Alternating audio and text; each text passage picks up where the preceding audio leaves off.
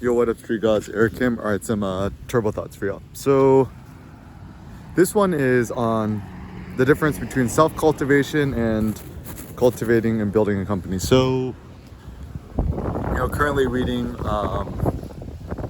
Invent and Wander by Jeff Bezos, his shareholder letters from Amazon since 1997.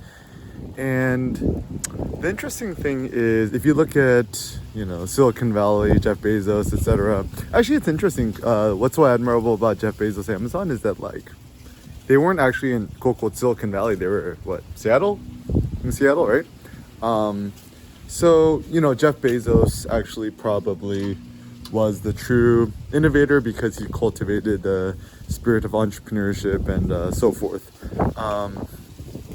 And what's also admirable is, he put all his energy, life force energy, into building up Amazon. Now, the tricky thing is, in the long run, corporations tend not to exist in the long run.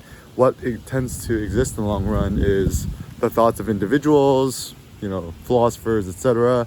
I think it was Steve Jobs' goal to create a company so imbued with creativity that it would essentially outlive him. And I think he was quite successful. But also one thing that's important to think about is, in this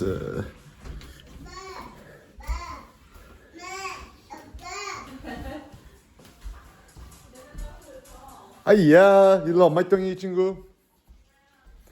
아이야.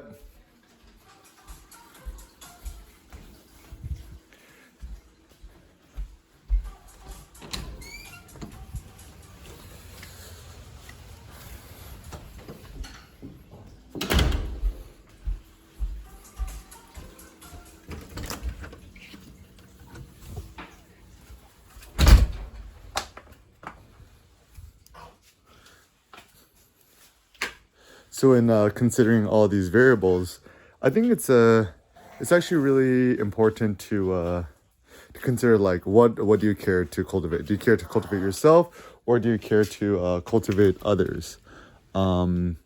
For myself personally, I seek to cultivate myself.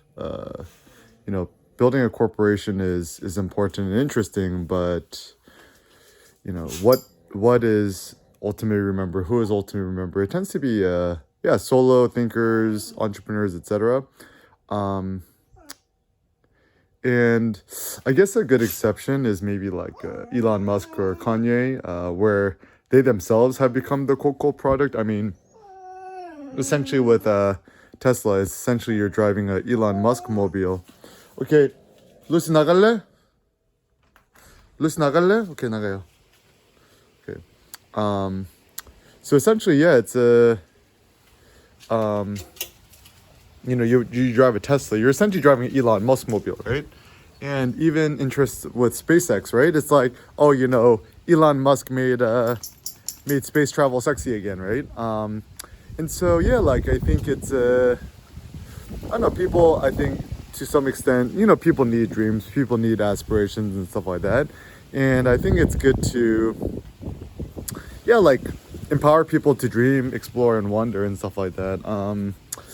I think the tricky thing with building a company instead of building yourself is building a company. It's so contingent on external factors, right? Like the market and stuff like that. The good thing with self-cultivation, right? Whether it be philosophy, weightlifting, etc., is that essentially you have more or less 100% control and the power.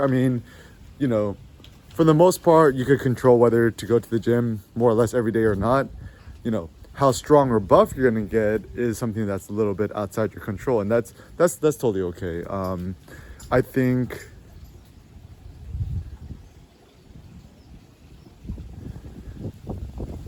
and also the question is what is the point of self-cultivation? If you consider yourself and you consider that you yourself are the instrument, then what that means is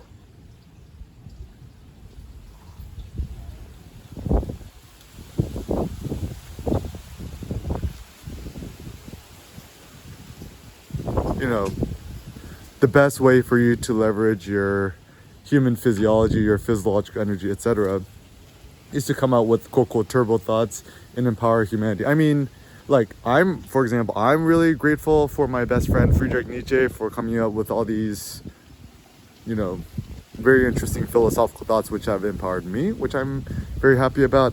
Similarly speaking, very grateful for people like Nassim Taleb, who have also empowered me with interesting thoughts on life, practical thoughts on life, investing, etc. You know, thoughts on anti-fragility, etc. And yeah, and I think maybe we got to push back against the Silicon Valley bias to, you know, create a $1 trillion company or a $1 billion company, whatever. Or even the notion of becoming a quote billionaire. I think it's actually much more interesting and robust to strive to essentially create yourself as the enduring concept, product, and thing.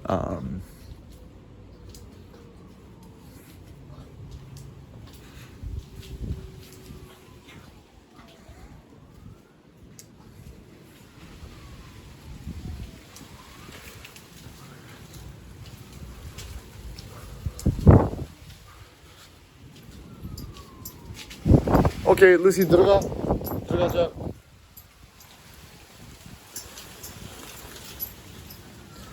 오케이, 루시, 알피 들어가자. 가자. 알피 가자. Yeah, I let the dogs pee. Okay, Alfie, I'm with the dogs. Alfie 가자. 가자.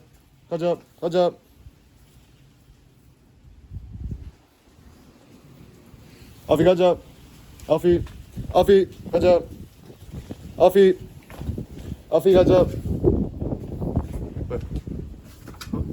Alfie 가자.